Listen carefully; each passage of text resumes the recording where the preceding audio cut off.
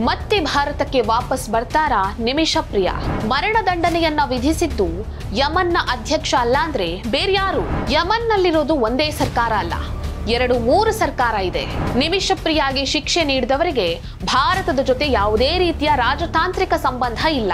ನಿಮಿಷ ಪ್ರಿಯಾರನ್ನ ಉಳಿಸಿಕೊಳ್ಳುವ ನಿಟ್ಟಿನಲ್ಲಿ ಯಾವ ಪ್ರಯತ್ನ ಸಫಲ ಆಗುತ್ತೆ? ನಮಸ್ಕಾರ. ಮರಣದಂಡನೆಗೆ ಗುರಿಯಾಗಿರುವ ಭಾರತ ಮೂಲದ ನರ್ಸ್ ನಿಮಿಷ ಪ್ರಿಯಾಗೆ ಬಿಡುಗಡೆಯ ಭಾಗ್ಯ ಸಿಗುವಂತಹ ಸೂಚನೆಗಳು ಕಂಡು ಬರ್ತಾ ಇದೆ. ಇದಕ್ಕೆ ಕಾರಣ ಯಮನ್ನಲ್ಲಿರುವಂತಹ ಗೊಂದಲಮಯ ರಾಜಕೀಯ ಪರಿಸ್ಥಿತಿ. ಈ ಯಮನ್ ಇಡೀ ಜಗತ್ತಿನ ಪಾಲಿಗೆ ಒಂದು ದೇಶ ಆದ್ರೂ ಕೂಡ ಅಲ್ಲಿ 3 ಸರ್ಕಾರ ಇದೆ. ಇದೇ ಈಗ ನಿಮಿಷಾಳ ರಕ್ಷಣೆಗೆ ದಾರಿ ಮಾಡಿಕೊಡುವಂತಹ ಸಾಧ್ಯತೆ ಇದೆ. ನಿಮಿಷ ಪ್ರಿಯಾಗೆ ಮರಣದಂಡನೆಯನ್ನ ನೀಡಿರುವಂತಹ ವಿಚಾರ ಇಡೀ ಜಗತ್ತಿಗೆ ಗೊತ್ತಿದೆ. ಆದ್ರೆ ಇವರಿಗೆ ಮರಣದಂಡನೆಯನ್ನ ನೀಡಿರುವಂತಹ ಸರ್ಕಾರ ಇದೆಯಲ್ಲ, ಅದು ಯಮನ್ನ ಒಂದು ಭಾಗವನ್ನ ತನ್ನ ಹಿಡಿತದಲ್ಲಿಟ್ಟುಕೊಂಡಿರುವಂತಹ ಹೌದಿ ಉಗ್ರರ ಸರ್ಕಾರ. ಆ ಸರ್ಕಾರಕ್ಕೆ ಅಂತಾರಾಷ್ಟ್ರೀಯ ಮನ್ನಣೆ ಇಲ್ಲ. ಯಾವುದೇ ದೇಶಗಳ ಜೊತೆಗೆ ಆ ಸರ್ಕಾರಕ್ಕೆ ಡಿಪ್ಲೊಮ್ಯಾಟಿಕ್ ಸಂಬಂಧ ಇಲ್ಲ. ಅಧಿಕೃತವಾಗಿ ರಾಯಭಾರಿ ಕಚೇರಿಗಳನ್ನ ಎಲ್ಲಾ ದೇಶದಲ್ಲಿ ಇಟ್ಟುಕೊಂಡ ಅಂತಾರಾಷ್ಟ್ರೀಯ ಸಂಬಂಧಗಳನ್ನ ಯಮನ್ನ ಪರವಾಗಿಯೇ ನಿಭಾಯಿಸ್ತಾ ಇರುವಂತಹ ಸರ್ಕಾರ ಇದೆಯಲ್ಲ, ಅದು ಯಮನ್ನ ಒಂದಿಷ್ಟು ಭಾಗವನ್ನ ತನ್ನ ನಿಯಂತ್ರಣದಲ್ಲಿ ಇಟ್ಟುಕೊಂಡಿರುವಂತಹ ಸರ್ಕಾರ. ಆ ಸರ್ಕಾರಕ್ಕೆ ಭಾರತದಲ್ಲೂ ಒಂದು ರಾಯಭಾರಿ ಕಚೇರಿ ಇದೆ. ಅವರೀಗ ಬಂದ್ಬಿಟ್ಟು ನಮ್ಮ ಅಧ್ಯಕ್ಷ ಮರಣದಂಡನೆಯನ್ನ ನೀಡಿಲ್ಲ, ನಮಗೂ ಇದಕ್ಕೂ ಸಂಬಂಧನೇ ಇಲ್ಲ ಅಂತ ಹೇಳ್ತಿದ್ದಾರೆ. ಸೊ ಇದರ ಹಿಂದೆ ಏನ್ ಕೆಲಸ ಮಾಡಿದೆ? ಅದೊಂದು ಇಂಟ್ರೆಸ್ಟಿಂಗ್ ವಿಚಾರ. ಭಾರತದ ರಾಯಭಾರ ಸಂಬಂಧ ಯಮನ್ ದೇಶದ ಒಂದು ಸರ್ಕಾರದ ಜೊತೆ ಇದ್ರೂ ಕೂಡ ಭಾರತದ ರಾಯಭಾರಿ ತಂತ್ರಗಾರಿಕೆಗಳು ಇರುತ್ತವಲ್ಲ, ಆ ತಂತ್ರಗಾರಿಕೆಗಳು ಮರಣದಂಡನೆಯನ್ನ ನೀಡಿರುವಂತಹ ಅನ್ರೆಕಗ್ನೈಸ್ಡ್ ಗವರ್ನಮೆಂಟ್ನ ಮೇಲೆ ವಿವಿಧ ರೀತಿಯ ಒತ್ತಡವನ್ನ ಹಾಕಿ ಅವರನ್ನ ಬಿಡುಗಡೆ ಮಾಡುವ ಪ್ರಯತ್ನದಲ್ಲಿ ಯಶಸ್ವಿಯಾಗುವಂತಹ ಲಕ್ಷಣಗಳು ಕಾಣಿಸ್ತಾ ಇದೆ. ನಿಮಿಷ ಪ್ರಿಯಾಗೆ ಯಾಕೆ ಮರಣದಂಡನೆಯನ್ನ ವಿಧಿಸಿದ್ರು ಅನ್ನುವಂತಹ ಕಥೆಯನ್ನ ನಾನು ನಿಮ್ಗೆ ಮೊದಲಿನಿಂದ ಹೇಳ್ತೀನಿ. ನಿಮಿಷ ಪ್ರಿಯಾ ಮೂಲತಃ ಕೇರಳದವರು. ಇವರು ತನ್ನ ಎಜುಕೇಶನ್ ಅನ್ನೆಲ್ಲ ಮುಗಿಸಿ ನರ್ಸ್ ಆಗಬೇಕು ಅಂತ ಆಸೆಯನ್ನ ಹೊತ್ತು, ಸಾಕಷ್ಟು ಕನಸನ್ನ ಹೊತ್ತು ಯಮನ್ಗೆ ತೆರಳ್ತಾರೆ. ನಂತರ ಅಲ್ಲಿ ಒಂದು ಸರ್ಕಾರಿ ಆಸ್ಪತ್ರೆಯಲ್ಲಿ ನರ್ಸ್ ಆಗಿ ಕಾರ್ಯನಿರ್ವಹಿಸ್ತಾರೆ. ನಂತರ 2011ರಲ್ಲಿ ಇವರಿಗೆ ಮದುವೆ ಫಿಕ್ಸ್ ಆಗುತ್ತೆ. ಹಾಗಾಗಿ ಇವರು ಕೇರಳಕ್ಕೆ ಬರ್ತಾರೆ, ಮದುವೆ ಆಗ್ತಾರೆ. ಮದುವೆ ಆಗಿ ಗಂಡನ ಜೊತೆ ನಂತರ ಯಮನ್ಗೆ ತೆರಳ್ತಾರೆ. ನಂತರ ಇವರಿಗೆ ಯಮನ್ನಲ್ಲಿ ಮಗು ಆಗುತ್ತೆ. ಮಗುವಾಗಿ ಆ ಮಗುವನ್ನ ಸಾಕೋದಕ್ಕೆ ಬಹಳಷ್ಟು ಕಷ್ಟಪಡ್ತಾರೆ. ಇವರಿಗೆ ಹಣಕಾಸಿನ ತೊಂದರೆ ಉಂಟಾಗುತ್ತೆ. ಹಾಗಾಗಿ ಮಗುವನ್ನ ಸಾಕೋದಕ್ಕೆ ಕಷ್ಟಪಡ್ತಾರೆ. ಆದ್ರಿಂದ ಇವರ ಗಂಡ ಮಗುವನ್ನ ಕರ್ಕೊಂಡು ಭಾರತಕ್ಕೆ ವಾಪಸ್ ಬರ್ತಾರೆ. 2014-15ರ ಆಸುಪಾಸಿನಲ್ಲಿ ಯಮನ್ನಲ್ಲಿ ಆಂತರಿಕ ಯುದ್ಧ, ತೀವ್ರ ಸಂಘರ್ಷಗಳು ಪ್ರಾರಂಭ ಆಗುತ್ತೆ. ಹಾಗಾಗಿ ನಿಮಿಷ ಪ್ರಿಯಾಗೆ ಭಾರತಕ್ಕೆ ವಾಪಸ್ ಬರುವುದಕ್ಕೆ ಸಾಧ್ಯ ಆಗೋದಿಲ್ಲ. ಇನ್ನೊಂದು ಕಡೆಯಲ್ಲಿ ಅವರ ಗಂಡನಿಗೂ ಯಮನ್ಗೆ ವಾಪಸ್ ಹೋಗೋದಕ್ಕೆ ಸಾಧ್ಯ ಆಗೋದಿಲ್ಲ. ಅದಾದ ನಂತರ ಯಮನ್ನಲ್ಲಿರುವಂತಹ ನಿಮಿಷ ಪ್ರಿಯಾಗೆ ತಾನೂ ಒಂದು ಕ್ಲಿನಿಕ್ ಅನ್ನ ಪ್ರಾರಂಭಿಸಬೇಕು ಅನ್ನುವಂಥ ಆಸೆ ಇರುತ್ತೆ. ಅದಕ್ಕಾಗಿ ಪ್ಲಾನ್ ಮಾಡ್ತಾ ಇರ್ತಾರೆ. ಆದರೆ ಅದು ಭಾರತದ ಹಾಗಲ್ಲ. ಅಲ್ಲಿ ಅವರದ್ದೇ ಆದ ರೂಲ್ಸ್ ಇರುತ್ತೆ. ಹೊರ ದೇಶದವರು ಏನಾದರೂ ಯಮನ್ಗೆ ಹೋದ್ರೆ ಅಲ್ಲಿ ಸ್ವಂತ ಉದ್ಯಮವನ್ನ ಸ್ಟಾರ್ಟ್ ಮಾಡೋದಕ್ಕೆ ಅವರಿಗೆ ಅಲ್ಲಿ ಅವಕಾಶವನ್ನ ನೀಡೋದಿಲ್ಲ. ಕೇವಲ ಅಲ್ಲಿರುವಂತಹ ಪ್ರಜೆಗಳಿಗೆ ಮಾತ್ರ ಅವಕಾಶ ಇರುತ್ತೆ. ಈ ಸಂದರ್ಭದಲ್ಲಿ ನಿಮಿಷ ಪ್ರಿಯಾ ಯಮನ್ ದೇಶದ ಒಬ್ಬ ಪ್ರಜೆಯ ಸಹಾಯವನ್ನ ಪಡ್ಕೊಳ್ತಾರೆ. ಆತನ ಹೆಸರು ಮೆಹದಿ. ಈ ಮೆಹದಿ ನಿಮಿಷ ಪ್ರಿಯಾಗೆ ಕ್ಲಿನಿಕ್ ಅನ್ನ ಪ್ರಾರಂಭ ಮಾಡೋದಕ್ಕೆ ತುಂಬಾ ಹೆಲ್ಪ್ ಮಾಡ್ತಾನೆ. ಯಾವಾಗ ಈ ಕ್ಲಿನಿಕ್ನಿಂದ ಚೆನ್ನಾಗಿ ಸಂಪಾದನೆ ಆಗೋದಕ್ಕೆ ಶುರು ಆಗುತ್ತೋ ಆಗ ಈ ಮೆಹದಿ ಇದ್ದಾನಲ್ಲ, ಈತ ನಿಮಿಷ ಪ್ರಿಯಾಗೆ ಹಿಂಸೆಯನ್ನ ಕೊಡೋದಕ್ಕೆ ಶುರು ಮಾಡ್ತಾನೆ. ಆಕೆಯ ಹಣವನ್ನ ಲಪುಟಾಯಿಸೋದಕ್ಕೆ ಪ್ರಾರಂಭ ಮಾಡ್ತಾನೆ. ತಾನು ನಿಮಿಷ ಪ್ರಿಯಾಳ ಗಂಡ ಅಂತ ಹೇಳಿ ನಕಲಿ ದಾಖಲೆಗಳನ್ನೆಲ್ಲ ಸೃಷ್ಟಿ ಮಾಡ್ತಾನೆ. ಆಗ ನಿಮಿಷ ಪ್ರಿಯಾ ಮೆಹದಿಯನ್ನ ಪ್ರಶ್ನೆ ಮಾಡ್ತಾರೆ. ಈ ರೀತಿ ಪ್ರಶ್ನೆ ಮಾಡಿದಾಗ ಆ ಮೆಹದಿ ಕೋಪಗೊಳ್ತಾನೆ.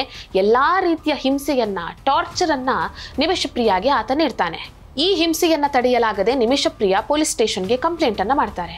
ಆದ್ರೆ ನಿಮಿಷ ಪ್ರಿಯಾ ಒಬ್ಬ ವಿದೇಶಿ ಮಹಿಳೆ ಅನ್ನುವಂತಹ ಕಾರಣಕ್ಕಾಗಿ ಅಲ್ಲಿನ ಪೊಲೀಸರು ಅವರಿಗೆ ಬೆಂಬಲವನ್ನ ನೀಡೋದಿಲ್ಲ. ನಿಮಿಷ ಪ್ರಿಯಾರನ್ನೇ 6 ದಿನಗಳ ಕಾಲ ಅಕ್ರಮವಾಗಿ ಬಂಧಿಸ್ತಾರೆ ಅನ್ನುವಂತಹ ಮಾಹಿತಿ ಕೂಡ ಇದೆ.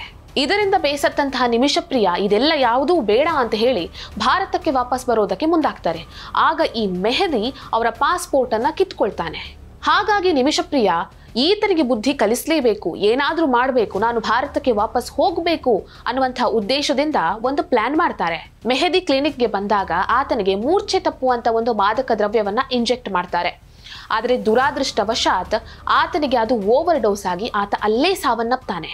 ಆತನ ಸಾವನ್ನ ನೋಡಿ ಕಂಗೆಟ್ಟಂತಹ ನಿಮಿಷ ಪ್ರಿಯಾ ತನ್ನ ಸ್ನೇಹಿತರೊಬ್ಬರ ಹತ್ರ ತಿಳಿಸಿ ಆತನ ದೇಹವನ್ನ ತುಂಡು ತುಂಡಾಗಿ ಕತ್ತರಿಸಿ ನೀರಿನ ಟ್ಯಾಂಕ್ನೊಳಗೆ ಬಿಸಾಕ್ತಾರೆ. ಆಮೇಲೆ ಅಲ್ಲಿಂದ ತಪ್ಪಿಸ್ಕೊಂಡು ಹೋಗ್ತಾರೆ. ಯಮನ್ನ ಬಾರ್ಡರ್ನಲ್ಲಿರುವಂತಹ ಒಂದು ಹಾಸ್ಪಿಟಲ್ನಲ್ಲಿ ನಂತರ ನರ್ಸ್ ಆಗಿ ಕಾರ್ಯವನ್ನು ಪ್ರಾರಂಭಿಸ್ತಾರೆ. ಆಮೇಲೆ ಈ ವಿಷಯ ಎಲ್ರಿಗೂ ಗೊತ್ತಾಗುತ್ತೆ. ಭಾರತ ಮೂಲದ ಒಬ್ಬ ಮಹಿಳೆ ಯಮನ್ ದೇಶದ ಪ್ರಜೆಯನ್ನ ತುಂಡು ತುಂಡಾಗಿ ಕತ್ತರಿಸಿ ಸಾಯಿಸಿದ್ದಾಳೆ ಅನ್ನುವಂತಹ ವಿಚಾರವನ್ನ ನ್ಯೂಸ್ ಚಾನೆಲ್ನವರು ಪ್ರಸಾರ ಮಾಡ್ತಾರೆ.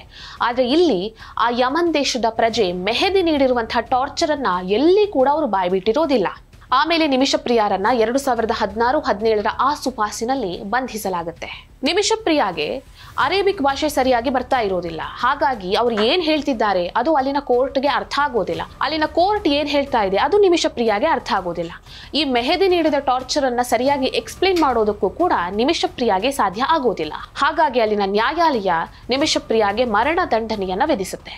ಇಷ್ಟೆಲ್ಲ ವಿಷಯ ಆದರೂ ಕೂಡ ಯಮನ್ನ ಅಧ್ಯಕ್ಷ ಈ ಮರಣದಂಡನೆಯನ್ನ ನೀಡಿಲ್ಲ ಅಂತ ಭಾರತದಲ್ಲಿರುವಂತಹ ಯಮನ್ನ ರಾಯಭಾರಿ ಕಚೇರಿ ಹೇಳ್ತಾ ಇದೆಯಲ್ಲ.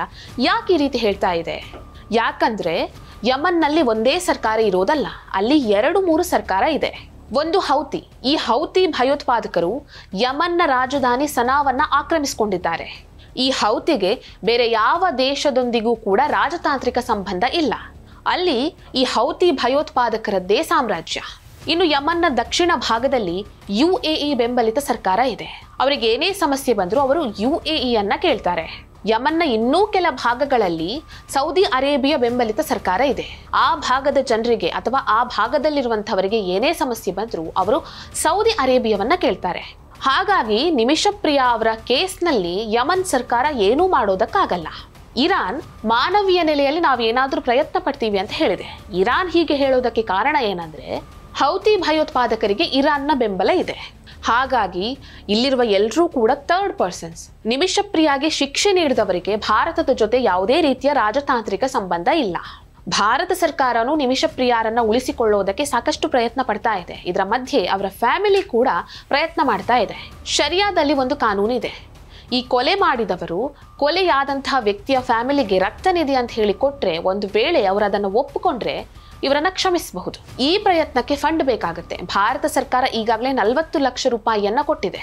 ಒಟ್ಟು ಇದಕ್ಕೆ 3 ಕೋಟಿ ರೂಪಾಯಿಯಷ್ಟು ಹಣ ಬೇಕಾಗುತ್ತೆ. ಈಗ ಎಲ್ಲರೂ ಕೂಡ ಈ ಫಂಡ್ ಅನ್ನ ಸಂಗ್ರಹಿಸ್ತಾ ಇದ್ದಾರೆ. ಆಕೆಯನ್ನ ಉಳಿಸಿಕೊಳ್ಳೋದಕ್ಕೆ ಪ್ರಯತ್ನ ಪಡ್ತಾ ಇದ್ದಾರೆ. ನಿಮಿಷಪ್ರಿಯಾರನ್ನ ಉಳಿಸಿಕೊಳ್ಳುವ ನಿಟ್ಟಿನಲ್ಲಿ ಯಾವ ಪ್ರಯತ್ನ ಸಫಲ ಆಗುತ್ತೆ ಅನ್ನುವಂತಹ ಕುತೂಹಲ ಈಗ ಜಾಸ್ತಿ ಆಗಿದೆ. ಈ ವಿಡಿಯೋ ನಿಮಗೆ ಇಷ್ಟ ಆಗಿದ್ದಲ್ಲಿ ಲೈಕ್ ಮಾಡಿ, ಶೇರ್ ಮಾಡಿ, ಕಮೆಂಟ್ ಮಾಡಿ.